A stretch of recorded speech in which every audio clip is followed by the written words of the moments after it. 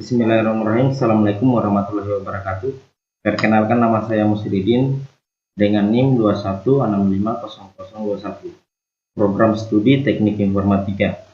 Di sini saya akan menjelaskan beberapa materi dari materi kriptografi. Oke, kita lanjut saja dalam materinya. Oke, materinya adalah pengantar kriptografi. Message atau pesan adalah data atau informasi yang dapat dibaca dan dimengerti maknanya. Nama lain plain text. Plain text atau teks jelas dalam kurung clear text. Bentuk atau rupa pesan, teks, gambar, audio, musik, video, dan lain-lain. Adapun pesan yang ada dikirim via pos, kurir, saluran telekomunikasi, dan lain-lain. Disimpan di dalam media penyimpanan atau berupa disk, kaset, dan lainnya. Ini adalah dalam bentuk teks, ini dalam bentuk gambar, dan ini adalah dalam bentuk audio. Dan yang terakhir, contohnya seperti dalam bentuk video. Oke, kita lanjut. Terminologi. Terminologi seperti pengirim dalam kurung sender atau pihak yang mengirim pesan, penerima atau receiver, pihak yang menerima pesan. Pengirim dan penerima bisa berupa orang, komputer, mesin, dan lainnya. Pengiriman pesan yang dikirim secara aman di mana pihak lain tidak dapat membaca, memanipulasi pesan. Contohnya pengiriman alien dan penerima Bob. Di sini pengirim alien dan penerima Bob, seperti pada gambar yang ada ini. Oke, lanjut. Ciphertext. Ciphertext adalah pesan yang telah disandikan sehingga tidak bermakna lagi. Tujuan agar pesan tidak dapat dibaca oleh pihak yang tidak berhak. Nama lainnya kriptogram atau kriptogram. Ciphertext dapat dikembalikan menjadi plain text semula. Plain text, culik anak itu jam 11 siang. Sedangkan ciphertextnya di sini tertulis seperti berikut ini. Itu adalah salah satu contoh dari ciphertext yang maknanya tidak dapat dipahami oleh orang lain selain orang yang telah ditentukan. Kita lanjut. Berikut adalah plain text dan ciphertext. Plain text di sini tertulis dalam pesan tersebut. Ketika saya berjalan-jalan di pantai, saya menemukan banyak sekali kepiting yang merangkak menuju laut. Mereka adalah anak-anak kepiting yang baru menetas dari dalam pasir. Naruli mereka mengatakan bahwa laut adalah tempat kehidupan mereka. Itu adalah pesan dari plain text. Sedangkan pesan dari ciphertext berupa seperti GTA, XJP, atau EVPP, atau QTUYP, dan seterusnya, yang tidak dapat dibaca berdasarkan pengetahuan yang biasa atau umum. Oke, lanjut dalam pembahasan berikutnya. Terminologi. Terminologi itu merupakan seperti deskripsi atau description, proses menyandingkan plain text menjadi ciphertext. Nama lain adalah ciphering. Deskripsi atau description adalah proses mengembalikan ciphertext menjadi plain text semula. Nama lainnya deciphering. Oke, kita lanjut. Berikutnya adalah notasi matematis. Misalnya seperti C, ciphertext, P, plain text, fungsi ekskripsi E, memetakan P ke C. Contohnya seperti E dalam kurung P sama dengan C. Fungsi deskripsi D, memetakan C ke P. Contohnya D dalam kurung C sama dengan P. Fungsi ekskripsi dan deskripsi harus memenuhi sifat seperti D, E, D dalam kurung E dan dalam kurung P sama dengan P. Kriptografi. Kata kriptografi berasal dari bahasa Yunani yang artinya kripto dalam kurung hidden atau secret, dan dalam bahasa Yunani yang dalam kurung writing artinya thread writing. Di definisi lama, kriptografi adalah ilmu dan seni untuk menjaga kerahasiaan pesan dengan cara menyandinya ke dalam bentuk yang tidak dapat dimengerti lagi maknanya. Definisi baru kriptologi adalah ilmu dan seni untuk menjaga keamanan suatu pesan atau messenger channel. 1996. Algoritma kriptologi atau ciphers. Aturan untuk chiffering dan deciphering atau fungsi matematika yang digunakan untuk enkripsi dan deskripsi suatu pesan. Encoding versus decoding.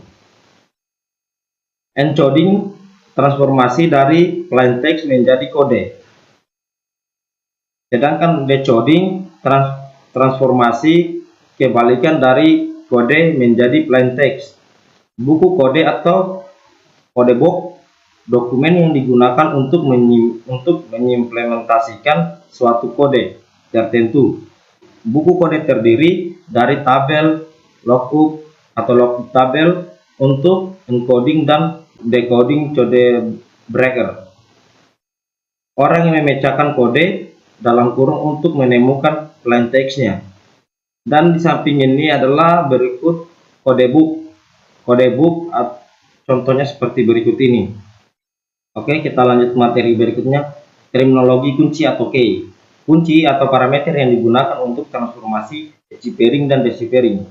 Jika kekuatan kriptografi ditentukan dengan menjaga kerahasiaan algoritmanya, maka algoritmanya kriptografinya dinamakan algoritma restricted. Algoritma restricted tidak cocok lagi saat ini. Kriptografi modern mengatasi masalah ini dengan menggunakan kunci. Kunci bersifat rahasia atau secret. Sedangkan algoritma kriptografi tidak rahasia atau publik. Contohnya adalah merupakan contoh bagangnya seperti kirim senjata perang yang di plain text kirim senjata perang. Kunci K yang terenkripsi hanyalah E, K, P sama dengan C. Tipe offset text. Kunci K deskripsinya DK dalam kurung C sama dengan P, sehingga plain text-nya akan muncul kirim senjata perang. Deskripsi dan deskripsi kunci. Deskripsi EK dalam kurung P sama dengan C harus dipenuhi dengan DK EK dalam kurung P sama dengan P. Deskripsinya adalah DK dalam kurung C sama dengan P. Kriptologi. Kriptologi atau kriptologi, studi mengenai kriptografi dan kriptanalisis. Kriptologi di sini ada seperti dua, yaitu kriptografi dan kriptoanalisis. Persamaan kriptologi dan kriptanalisis adalah keduanya sama-sama menerjemahkan ciphertext menjadi plain text.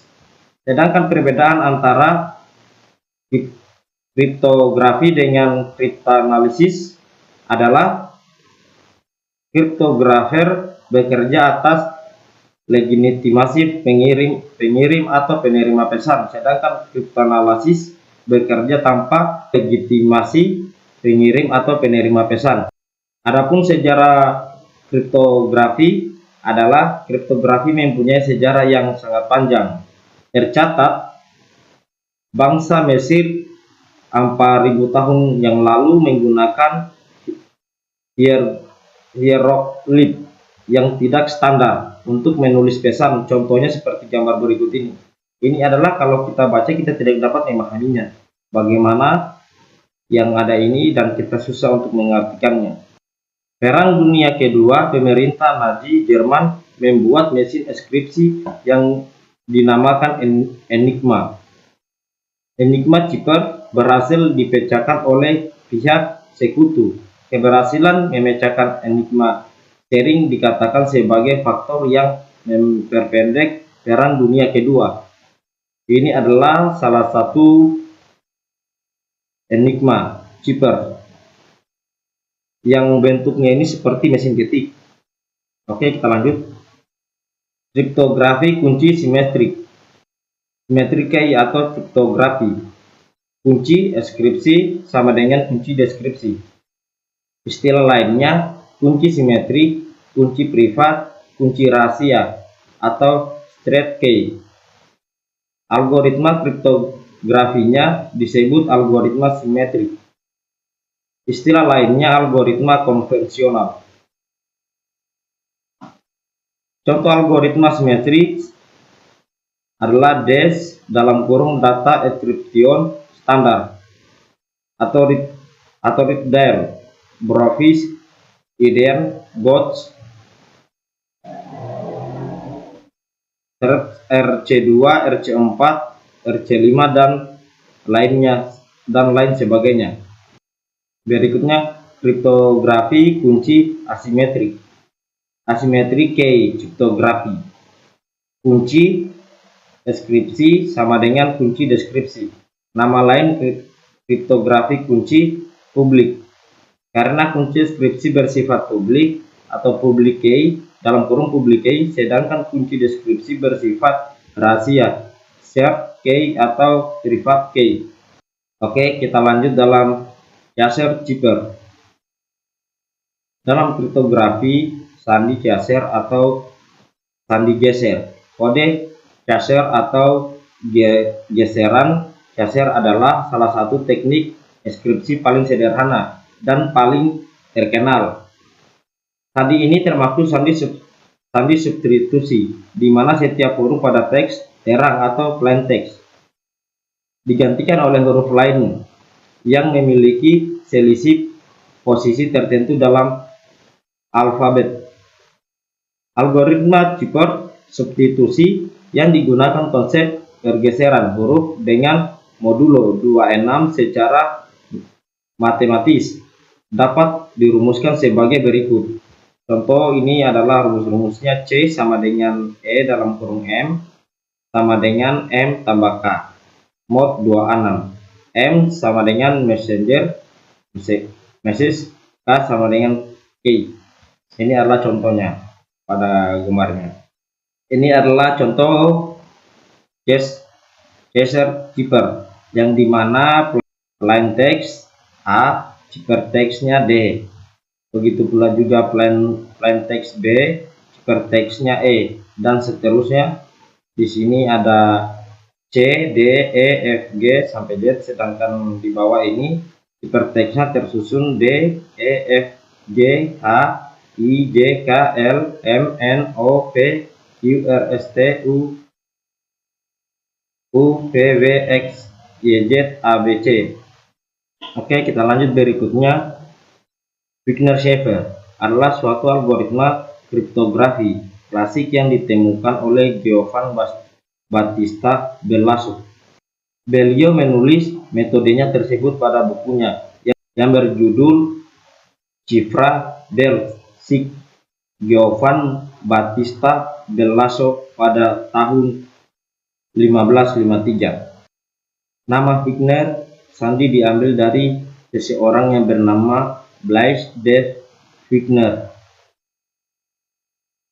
Nama Wigner diambil sebagai nama algoritma ini karena beliau menemukan kunci yang lebih kuat lagi untuk algoritma ini dengan metode AutoCAD Cipher, meskipun algoritma dasarnya telah ditemukan lebih dahulu oleh Giovanni Battista Bellasuo. Teknik ini menggunakan tabel bujur sangkar yang berisi kombinasi dari plain text pada kolom serta kunci pada baris. Kombinasi keduanya akan menghasilkan cipher pada baris dan kolom. Cara kerja Wigner Cipher. Pertama, langkah awal adalah tuliskan plain text yang ingin deskripsi dengan menghilangkan spasi antara kata. Hal ini untuk mempersulit orang untuk menebak dari plain text tersebut. Contohnya, plain text seperti belajar rekayasa internet. Dengan menghilangkan spasi akan sulit untuk dibaca. 2. Pilih kunci atau key yang akan disepakati oleh pengirim serta penerima, contohnya key Tekkom. Susunlah plain text dengan kunci sebagai berikut. Ini adalah susunan plain text dan key, yaitu kalau B sama dengan T, E sama dengan E, L sama dengan K, A sama dengan K, dan seterusnya seperti pada teks ini. Oke, kita lanjut. 4. Dengan menggunakan tabel Wigner, maka kita akan mendapatkan hasil hypertext sebagai berikut. Plain text-nya B, key-nya T, dan hypertext-nya adalah U. Ini adalah hasilnya. Maka hasilnya akan sebagai berikut. Plain text yang tadi itu adalah plain text belajar rekayasa internet. Key-nya adalah Tekkom dan hypertext-nya adalah seperti berikut ini. Oke, kita lanjut. Inilah contoh aplikasi simulasi Wigner Cipher menggunakan Visual Basic. Oke, kita lanjut. Data Exception Standard atau DES dikembangkan di IBM pada tahun 1972.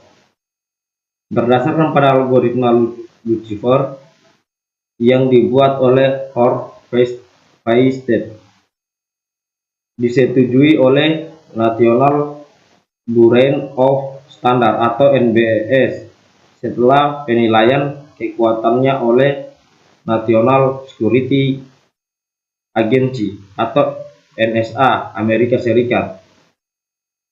DES termasuk ke dalam kriptografi kunci simetrik dan tergolong jenis cipher block. DES beroperasi pada ukuran blok 64 bit.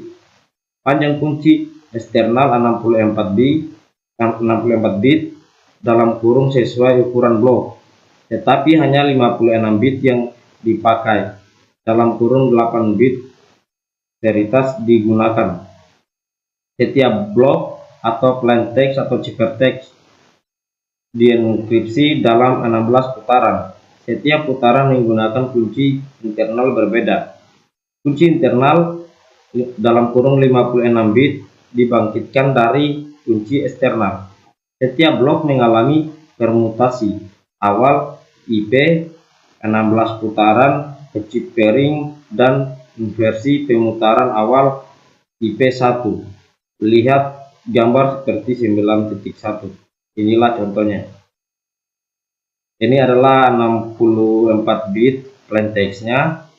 Ini initial permutation. Ini adalah round 1, round 2, round 16, final permutation sampai ke 16 bit hypertext. Ini adalah contoh pada prosesnya. Untuk pembangkitan kunci internal. Kunci internal sama dengan kunci setiap putaran. Ada 16 putaran menjadi ada 16 kunci internal, yaitu K1, K2 sampai K16. Dibangkitkan dari kunci eksternal 64 bit yang diberikan oleh pengguna.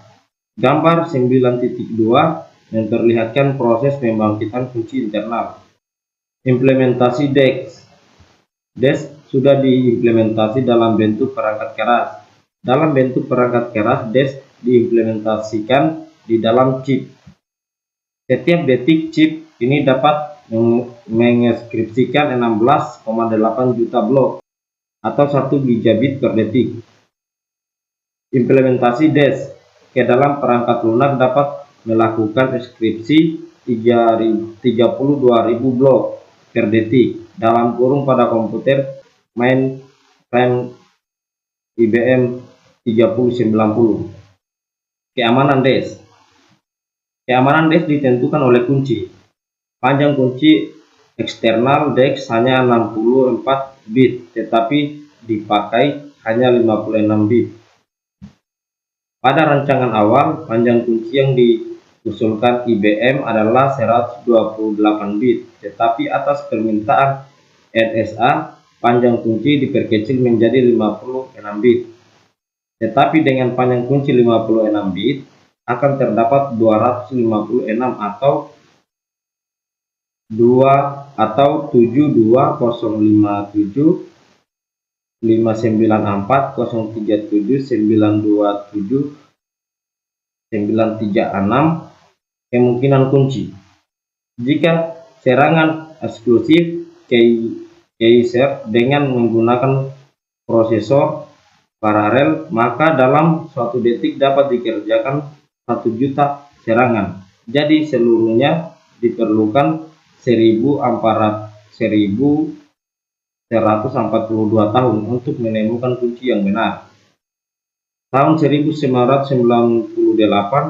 Electronic Frontier Foundation atau EFF merancang dan membuat perangkat keras khusus untuk menemukan kunci disk secara eksklusif Care dengan biaya $250.000 dan diharapkan dapat menemukan kunci selama 5 hari. Tahun 1999, kombinasi perangkat keras EFF dengan kolaborasi internet yang melibatkan lebih dari 100 komputer dapat menemukan kunci disk kurang dari 1 hari. Oke, lanjut. Konsep asimetrik algoritma. Pembangkitan sepasang kunci pada kriptografi kunci publik didasarkan pada persoalan integer klasik sebagai berikut. 1. Pemfaktoran. Diberikan bilangan bulat n, faktorkan n menjadi faktor primanya. Contohnya seperti 10 sama dengan 2 kali 5. 60 sama dengan 2 kali 2 kali 3 kali 5. Semakin besar n, semakin sulit memfaktorkan, atau dalam kurung butuh waktu sangat lama. Algoritmanya yang menggunakan prinsip ini, RSA. Oke, kita lanjut. 2. Logaritma diskrit. Temukan X sedemikian sehingga AX sama dengan B dalam kurung mod N. Sulit dihitung. Contohnya seperti 3 jika 3x sama dengan 15 dalam kurung mod 17, maka 6 sama dengan, semakin besar A, B, dan N semakin sulit memfaktorkan, dalam kurung butuh waktu lama. Algoritma yang menggunakan prinsip ini, Gamal DSA, mencatatkan persoalan algoritma deskripsi adalah kebalikan dari persoalan perpangkatan modular atau AX mod N menjadi mudah dihitung. Oke, kita lanjut. Kriptografi kunci simetrik versus kriptografi kunci publik. Kelebihan kriptografi kunci simetrik adalah sebagai berikut. 1. Proses enkripsi atau deskripsi membutuhkan waktu yang singkat. 2. Ukuran kunci simetrik relatif pendek. 3. Autentikasi pengiriman pesan langsung diketahui dari ciphertext yang diterima, karena kunci hanya diketahui oleh pengirim dan penerima pesan saja. Sedangkan untuk kelemahannya ciphertext kunci simetrik adalah, pertama, kunci simetrik harus dikirim melalui saluran yang aman. Kedua, entitasi yang berkomunikasi harus menjaga kerahasiaan kunci ini. Kedua, kunci harus sering diubah, mungkin pada setiap sesi komunikasinya. Sedangkan untuk kelebihan kriptografi kunci publik, kelebihannya pertama, hanya kunci privat yang perlu dijaga kerahasiaannya oleh setiap entitas yang berkomunikasi. Tidak ada kebutuhan mengirim kunci privat sebagai pada sistem simetris. Kedua, pasangan kunci atau pasangan kunci publik atau kunci privat tidak perlu diubah, bahkan dalam periode waktu yang panjang. Ketiga, dapat digunakan untuk mengamankan pengirim kunci simetrik. Keempat, beberapa algoritma kunci publik dapat digunakan untuk memberi tanda tangan digital pada pesan.